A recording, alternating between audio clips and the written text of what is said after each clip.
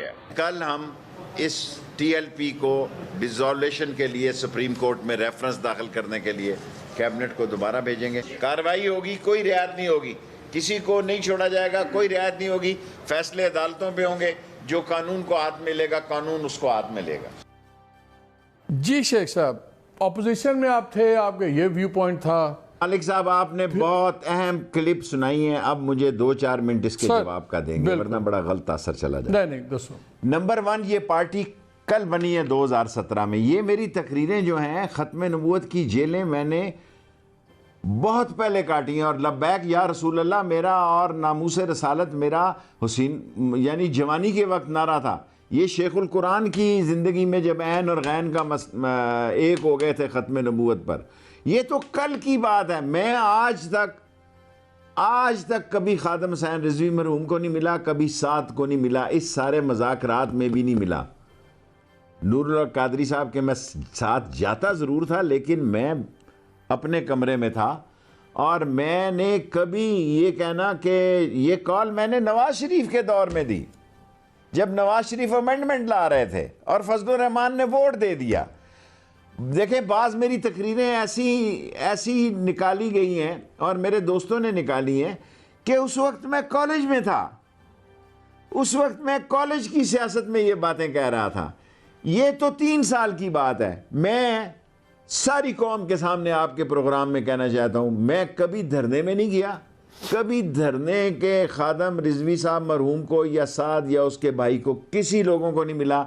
As a interior minister 5 दफ़ा 6 दफ़ा जितनी दफ़ा 7-7 घंटे इनकी शोरा के साथ मैंने मीटिंग की है अपनी जगह पे, और वो जब नहीं माने, और मैं हर 2 सूरत में, कोई तसव्वुर कर सकता है इस मुल्क में 4 दफ़ा, ये 4थी दफ़ा आ रहे थे। अब बाबा, मैं इंटीरियर मिनिस्टर हूँ, को ख़त्म नबूवत में या नामूस रसालत में इमरान खान ने खुद तकरीर की यूनाइटेड नेशन में, किसी इस्लामी मुल्क ने की जो इमरान खान ने की, किसी इस्लामी मुल्क ने वो तकरीर की जो इस मुल्क के वज़ीर आज़म ने की, और इस मुल्क का वज़ीर दाखिला जो खुद ख़त्म नबूवत में सबसे ज़्यादा जेल काट चुका है, सबसे ज़्यादा जेल काट चुका है। और नामूस रियासत और लब्बैक या रसूल अल्लाह के लिए ये नारे जो हैं, ये तो कल की, ये तो ईदगाह शरीफ से भी लगते थे, जामिया रिजविया से भी लगते थे, शेखुल कुरान दारुल उलूम तालीमुल कुरान से भी लगते थे।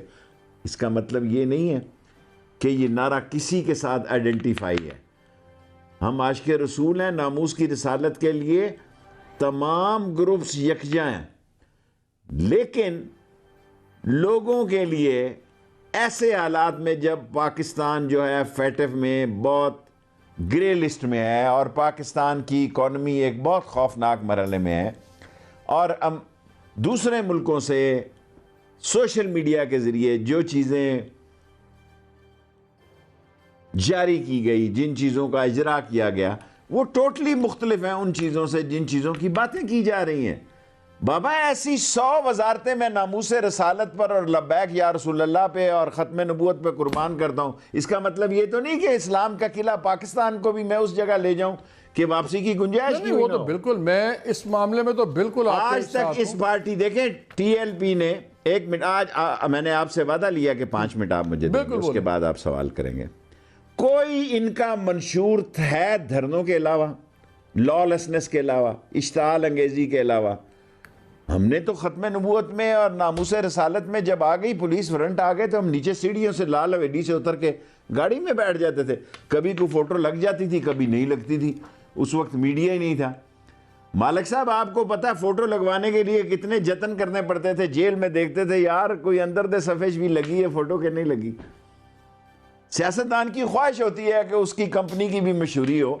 हमने उन दौरों में नामूस रसालत के लिए और ख़त्म नबूवत के लिए जेल काटी है जब फ़ोटो भी नहीं लगा करती थी, अंदर के सफ़े में ऐसी छोटी सी सिंगल कॉलमी। अब तो इतना स्ट्रॉन्ग मीडिया जी, 192 नाके इन्होंने प्लान किया हुआ था सारा मुल्क सीज करने के लिए। मोटरवे को कैसे करना है, किसने करना है, GT रोड को किसने करना है, कैसे करना है, मरी की ट्रैफिक कैसे जाम करनी है, किस तरह। सर ये सारे दे वर ऑल वेल प्लान, और हमने जब इस नतीजे पे पहुंच गए कि हमारी कोई बात नहीं मानते, then we have no option. और ये सारी जितनी तहरीकें, 3 चौथा समझ लें सर पे था इनका, शेख साहब सवाए जाने देने के, जी जी, सवाए जाने कुर्बान होने के, सवाए पुलिस ने जो जिसने अजीम किरदार इस दफ़ा भी अदा किया है, 4 आदमी शहीद हो गए हैं,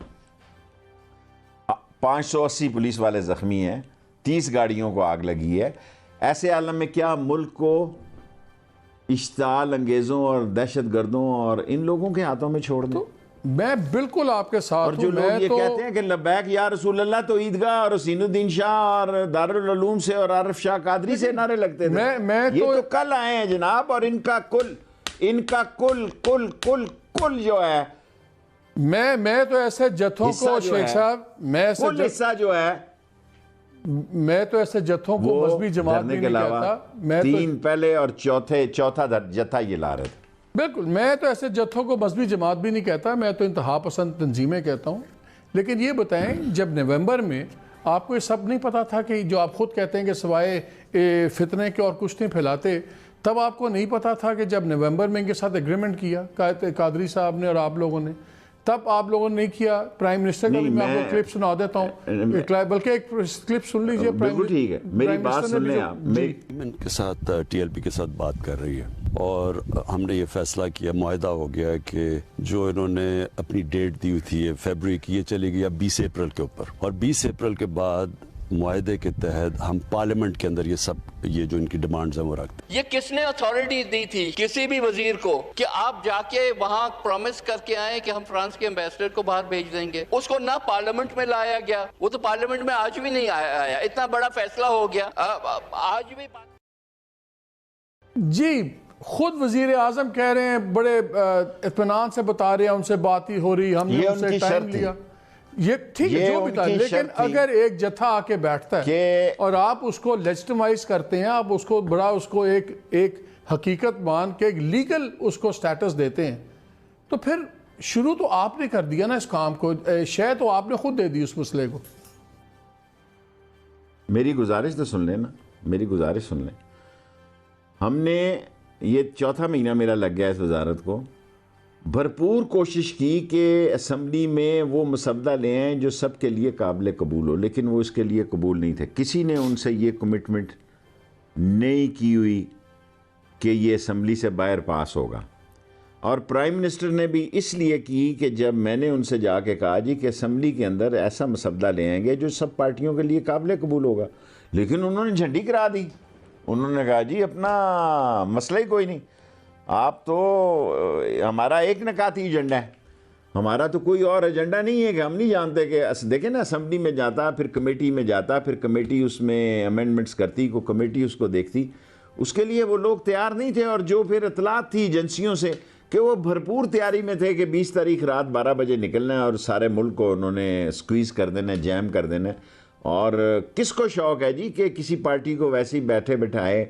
कोई सारे जब केसेस हुए, जब सारी इन्वेस्टिगेशनें हुई, फिर हमने कल 7 से उसकी जेल में तामील करवाई है, क्योंकि 3 दिन के अंदर अंदर जिस पार्टी को कालादम करार दिया जाए। आज बहुत सारे हमारे दोस्त कह रहे हैं जी कि फिर उसको क्यों भेजा? भाई कानून ये कह रहा है कि एक पार्टी को आप कालादम करार दे रहे हैं, 3 दिन के अंदर